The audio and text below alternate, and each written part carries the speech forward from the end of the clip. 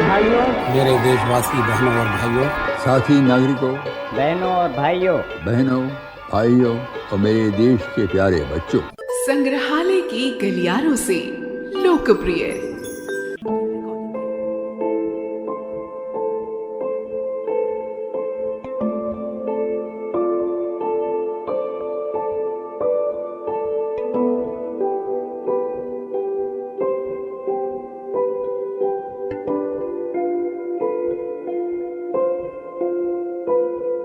भारत के दूसरे प्रधानमंत्री लाल बहादुर शास्त्री बेहद सादगी पसंद और अनुशासन प्रिय गांधीवादी नेता थे। उनका असली नाम लाल बहादुर श्रीवास्तव था।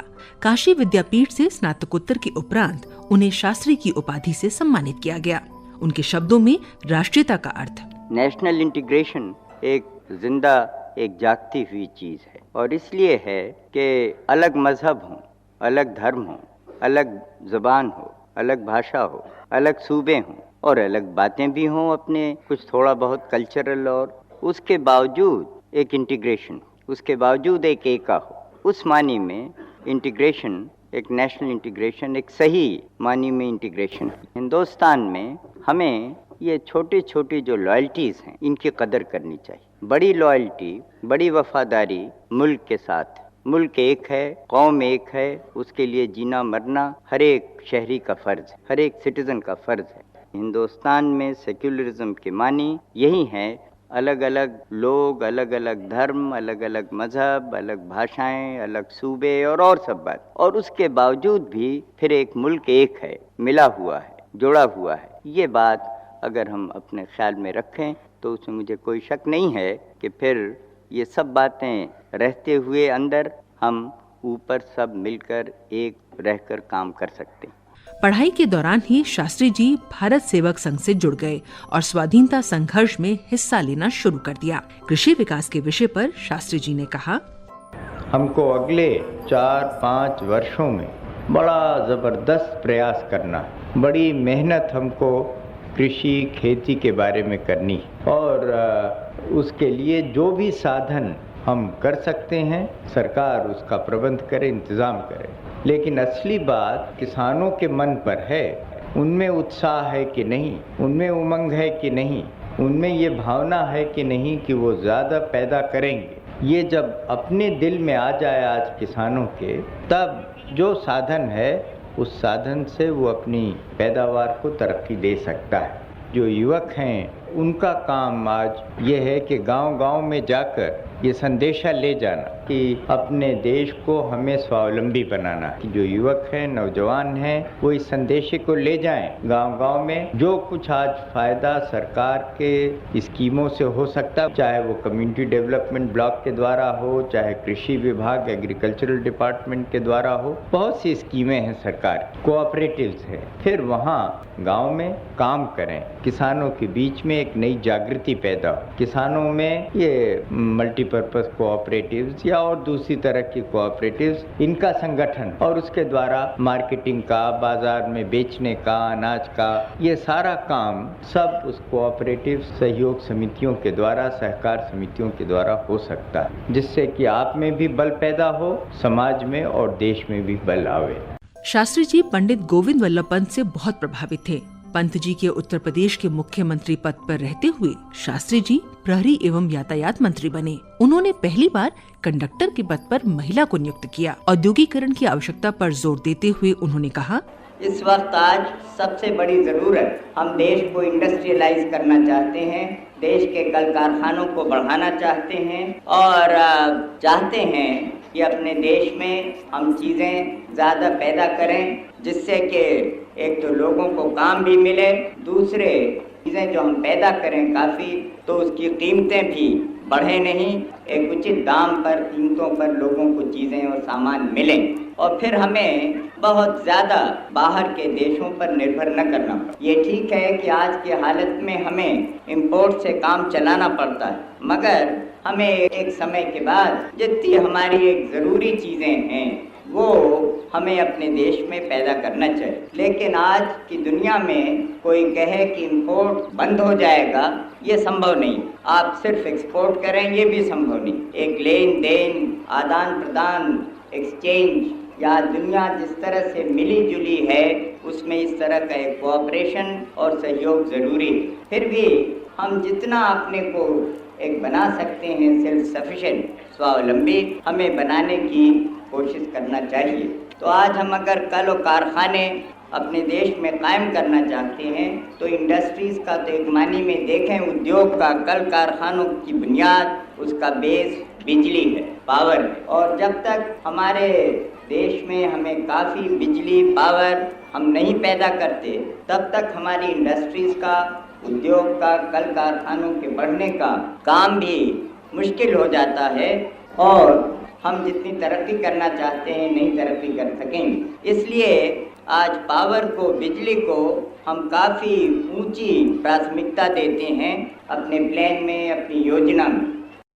1951 में जवाहरलाल जी के नेतृत्व में शास्त्री जी अखिल भारतीय कांग्रेस कमेटी के महासचिव बने। शास्त्री जी ने भीड़ नियंत्रण के लिए पहली बार लाठी की जगह पानी की बौछार का प्रयोग करवाया। उपनिवेशवाद और रंग भेद पर उनके विचार। दुनिया में शांति कायम रखने में हम जितनी अपनी ताकत है लगाएंगे। हम किसी बड़ी शक्ति के साथ नहीं रहना चाहते। हम फौजी तरीके पर बड़े बड़े मुल्कों का मुकाबला न करें, लेकिन एक अपने दिलों में हम अपनी एक आज़ाद, एक अलग जगह रखना चाहते हैं। हमारी चाहे वो नीति नॉन अलाइनमेंट की हो, चाहे कोएग्जिस्टेंस की हो, चाहे डिसआर्मामेंट की हो, चाहे एंटी कॉलोनियलिज्म की हो या एंटी रेशलिज्म की हो। हम उपनिवेश नहीं चाहते। हम पोर्चुगाल की कॉलोनीज को मिटाना चाहते हैं। हम नहीं चाहते कि वो कायम रहें। हम काले और गोरे के रंग और भेद को बर्दाश्त नहीं करना चाहते, चाहे वो साउथ अफ्रीका में हो या कहीं और हो। हम उस नीति पर अड़े रहेंगे,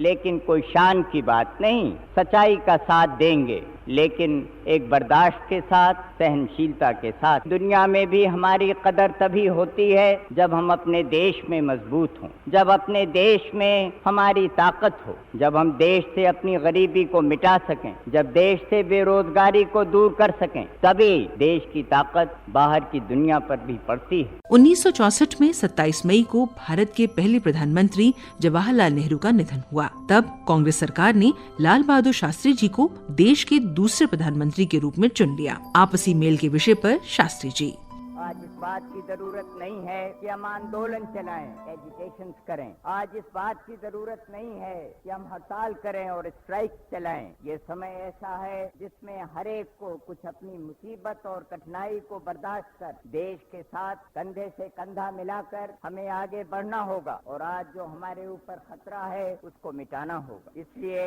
मेरा ये निवेदन है आज कि इस समय आपस में मेल और एका, क्योंकि अगर देश के अंदर गड़बड़ी हुई तो हम अपने सरहदों की हिफाजत और रक्षा कैसे करें। इसलिए अगर अपनी फौजों को मजबूत बनाना है और हमारी आज फौजें और जैसा हमने कहा हमारे सिपाही जिस बहादुरी से, जिस हिम्मत से, जिस बलिदान से काम कर रहे हैं, जिसके लिए कि हम सब अनुग्रहित हैं, हम उनका शुक्रिया अदा करते हैं, उनको धन्यवाद देते हैं। लेकिन अगर उनकी ताकत को मजबूत करना है, उनको बलवान बनाना है, तब फिर आज हम सब देश के अंदर एक शांति रखें, मेल रखें, धर्म और मजहब के नाम पे न लड़ें, सांप्रदायिकता की बात को न लाएं। मैं आपसे ये कहूंगा कि जिस झंडे के नीचे हम आप खड़े हैं और आज बैठे हैं, इसकी शान बनाए रखना है, ये कायम रहे।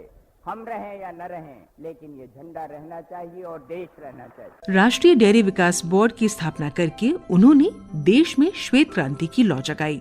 सामाजिक और आर्थिक क्षेत्र में उनके अनवरत कार्यों के लिए मरणोपरांत उन्हें वर्ष 1966 में भारत रत्न के पुरस्कार से सम्मानित किया गया। सैन्य शक्ति को मजबूत करने के विषय पर शास्त्री जी: हम गुलाम थे और अपनी गुलामी को हटाने के लिए आजादी की लड़ाई लड़ रहे थे।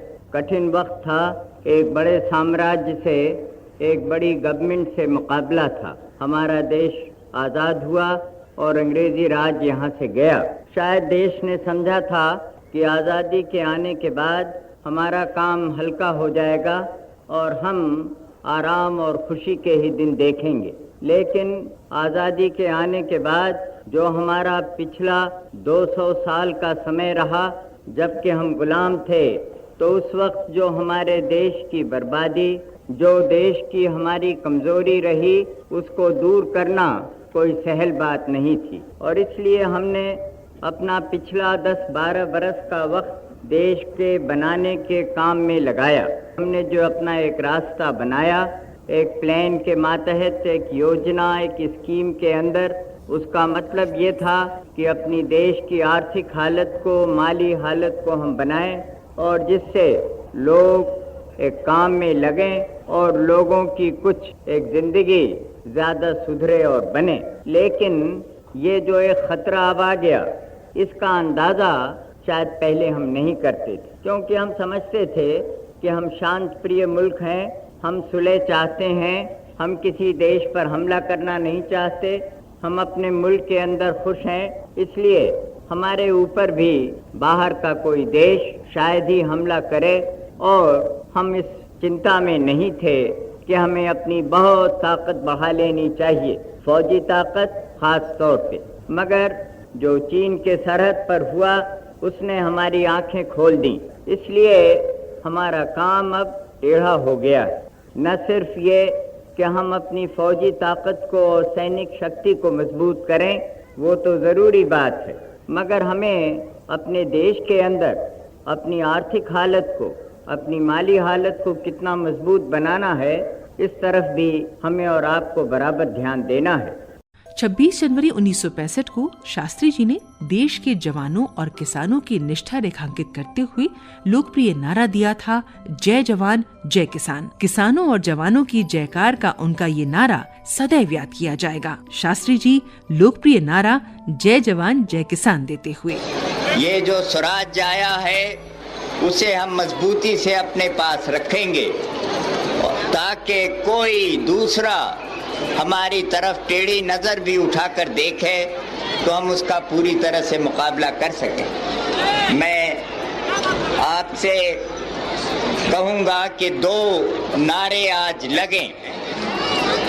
2 नारा अगर आप लगाएं तो वही असली नारा है आज देश की ज़रूरत के मुताबिक। एक तो जय जवान का और दूसरा जय किसान का। ये 2 नारे मैं समझता हूँ कि आज हमारे देश के लिए ज़रूरी है। एक जय जवान और एक जय किसान, और फिर उसी से सारे देश का एक जय हिंद का नारा लगता है। तो मैं आपसे ये 3 नारे आपके सामने कहता हूँ, आपसे आशा करूँगा कि आप उसे दोहराएंगे। एक तो जय जवान जय जवान जय जवान जय किसान जय किसान जय किसान जय हिंद जय हिंद जय हिंद। कार्यक्रम के लोकप्रिय खंड में अभी आपने सुना देश के दूसरे प्रधानमंत्री लाल बहादुर शास्त्री को। कार्यक्रम की कंपेयर थी तपस्या, लेखिका एवं निर्मात्री रंगोली श्रीवास्तव।